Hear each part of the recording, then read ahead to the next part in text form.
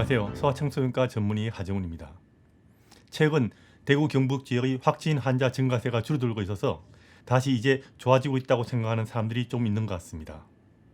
그리고 이제 날이 더워지면 우한폐렴이라고도 불리는 코로나19가 좋아질 거라는 기대가 있는 것도 사실입니다. 모든 국민들의 바람과 마찬가지로 이대로 코로나19가 줄어서 없어진다면 정말 좋겠습니다. 하지만 코로나19 사태를 낙관하기에는 아직 좀 일러 보입니다. 지금까지 알려지고 있는 코로나19라는 병의 특성을 고려해 본다면 이제 좋아진다고 생각하기보다는 코로나19와의 지리한 싸움이 이제부터가 시작일 가능성도 고려해야 한다는 전문가의 목소리도 만만치 않습니다. 이미 수천 명의 어마어마하게 많은 환자가 발생했고 메르스 때보다도 더 많은 사람들이 소중한 목숨을 잃는 일이 현실이 되었습니다.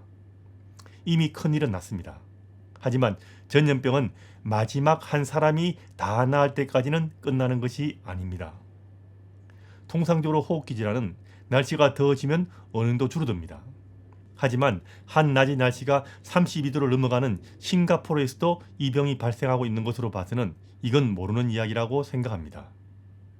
전염병이란 측면에서 본다면 코로나19처럼 전파력이 강한 전염병의 경우는 항상 최악의 상태를 생각하지 않을 수 없고 지금 확진 환자 수가 잠시 소강 상태를 보일 때 혹시라도 다가올 대유행을 미리 대비하고 준비해야 될 때가 아닌가라고 저는 생각합니다.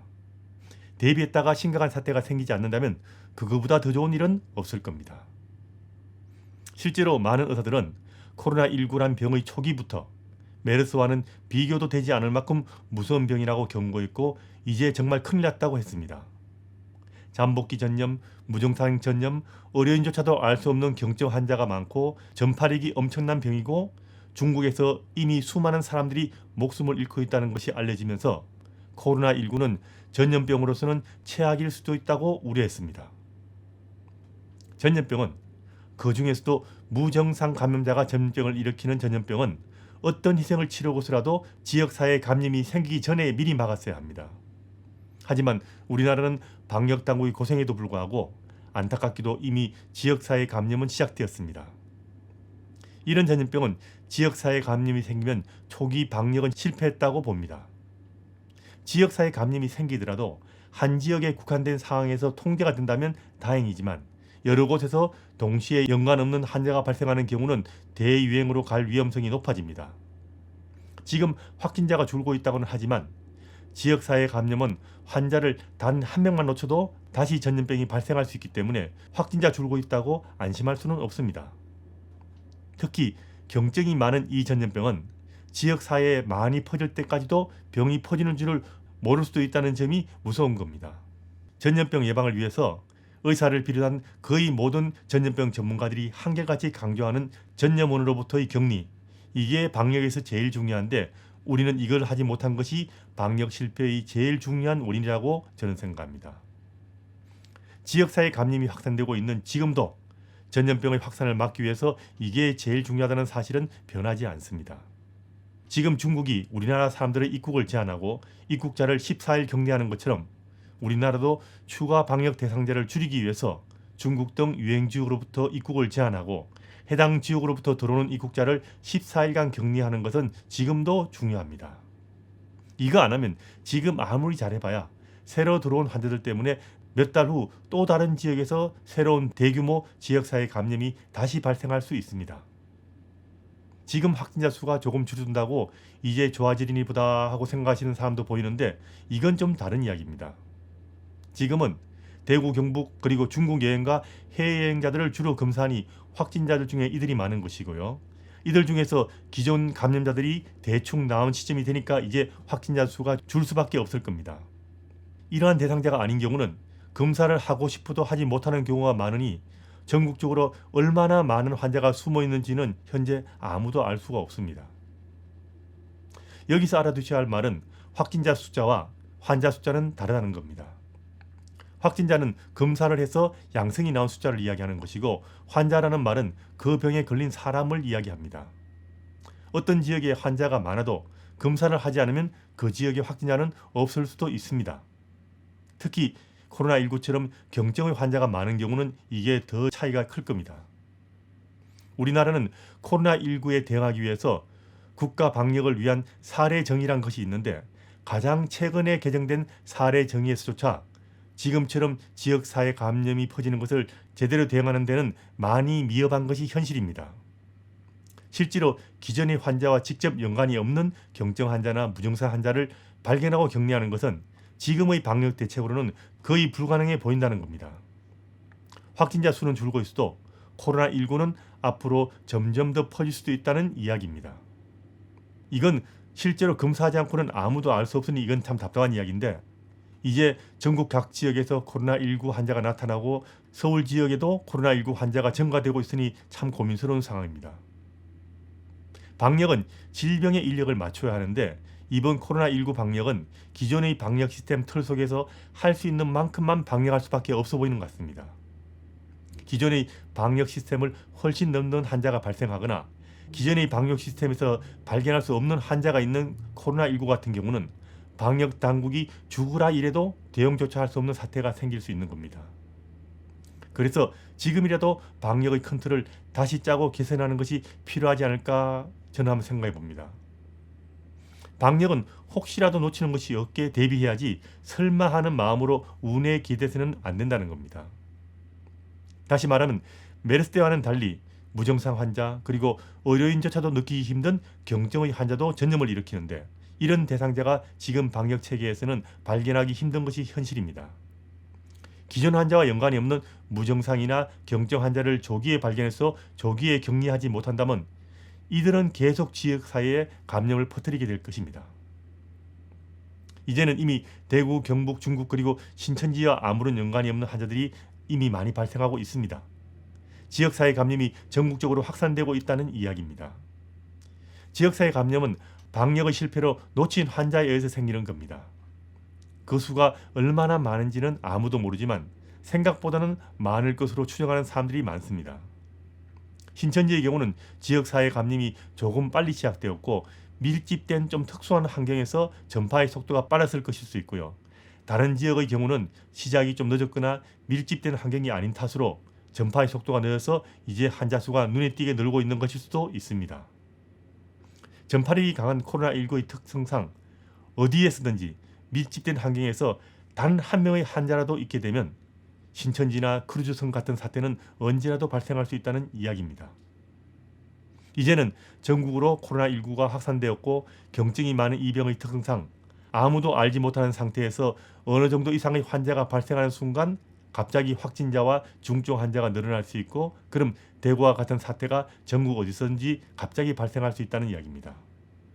잠재적인 전염원을 제대로 통제할 수 없는 현재의 방역 방식에서는 시기의 차이는 있지만 전국 어디서든지 언제라도 대규모 환자가 발생할 수 있다는 점이 이 병의 무서운 점입니다. 열심히 일하는 방역당국이 받아들이기는 힘들겠지만 현재의 우리나라 상황을 좀 더 심각하게 생각하는 감염 전문가들의 의견을 받아들여서 우리의 현실에 대해서 다시 한번 전문가들과 상의하고 판단하는 것이 중요할 시점이라고 저는 생각합니다. 이제는 우리도 혹시라도 발생할 수 있는 최악의 상태를 미리 대비하는 것이 중요할 겁니다.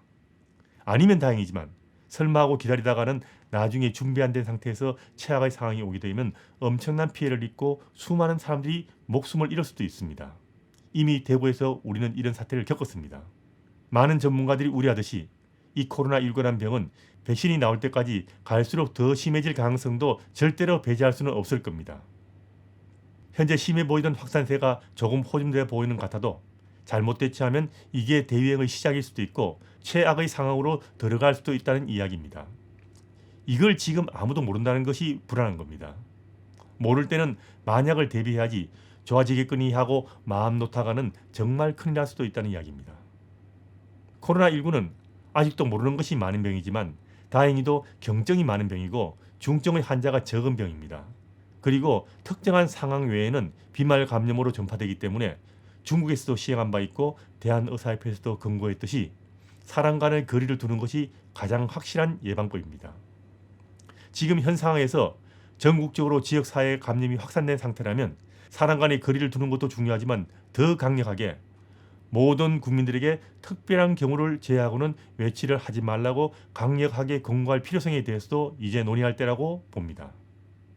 이 병은 전국적으로 이동을 완전히 제한하지 않는 한 단기간에 끝나기는 어려울 수도 있고 갈수록 점점 더 많은 환자가 발생할 수 있고 어느 순간 갑자기 환자가 폭발적으로 발생해서 의료 시스템이 마비되고 대규모로 목숨을 잃는 사태가 어느 지역에서나 다시 생길 수도 있습니다. 실제로 지구촌 곳곳에서 이런 일이 이미 발생하고 있습니다.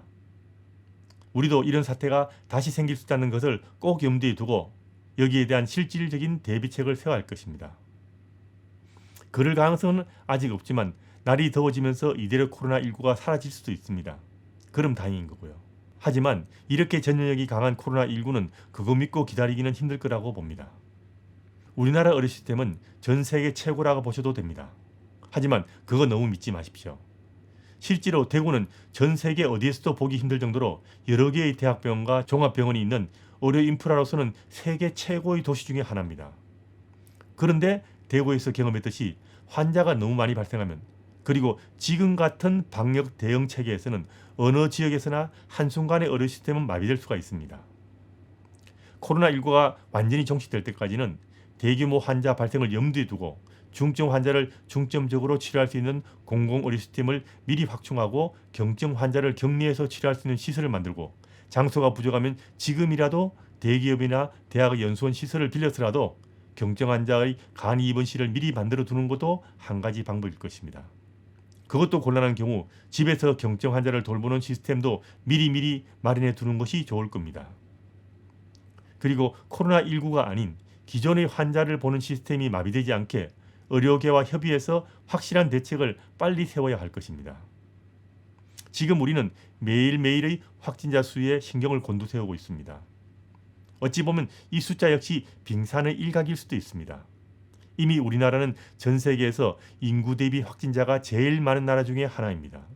물론 이것은 검사를 엄청나게 많이 했기 때문일 수도 있지만 실제로 환자가 많이 발생했다는 것은 부정할 수 없는 현실입니다. 하지만 신천지, 대구, 경북 등 특정 지역을 제외하고 전국적으로 지역사회의 감염이 얼마나 확산되고 있는가는 지금 아무도 모른다는 것이 제일 큰 문제이고요. 향후 코로나19 유행의 방향을 결정짓게 될 것입니다. 이것을 확인하기 위해서는 지금이라도 조금 여유가 생겼을 때 신천지나 대구나 중국에 국한하지 말고 전국 각 지역에서 무증상인 사람도 포함된 표본조사를 시행해서 코로나19가 우리나라에 얼마나 많이 지역사회에 발생해 있는가를 확인해야 할 것입니다. 지역사회 감염을 지속적으로 확산시키는 경증이나 무증상 환자가 숨어있을 가능성도 고려해서 전염병 전문가들과 머리를 맞대고 방역 대책을 새로 마련할 시기라고 저는 생각합니다. 이 시점에서는 코로나19의 확산을 막는 데 모든 노력을 다해야 할 것입니다. 지역사회로의 확산을 줄이려면 진단을 빨리 붙이고 접촉자를 격리해야 됩니다. 코로나19 진단을 빨리 붙이려면 검사를 더 많이 할 수 있게 지금보다 더 많은 인력과 자금을 투입해야 할 것입니다. 특히 기존의 발생과 연관이 없어서 아무도 모르게 숨어서 확산되고 있는 지역사회 감염을 빨리 진단하고 격리하는 것에 이제는 좀 더 많은 관심을 가져야 할 것입니다. 그리고 감염을 추가로 확산시키는 것은 피하는 것이 좋습니다. 지금 코로나19 환자가 발생한 지역에서도 의사들은 경증 환자는 동네 병원에서 치료하라는 이야기를 방역당국으로부터 듣습니다. 이건 다시 생각해 봐야 할 이야기라고 봅니다. 의사가 진찰해서는 코로나19가 아니란 것을 구분하는 것은 불가능한데 정상이 경증이라고 동네 병원에 가서 치료하러 하면 그 중에 코로나19 환자가 섞여 있을 경우 의료기관이 코로나19를 퍼뜨리는 온상이 될 수도 있습니다.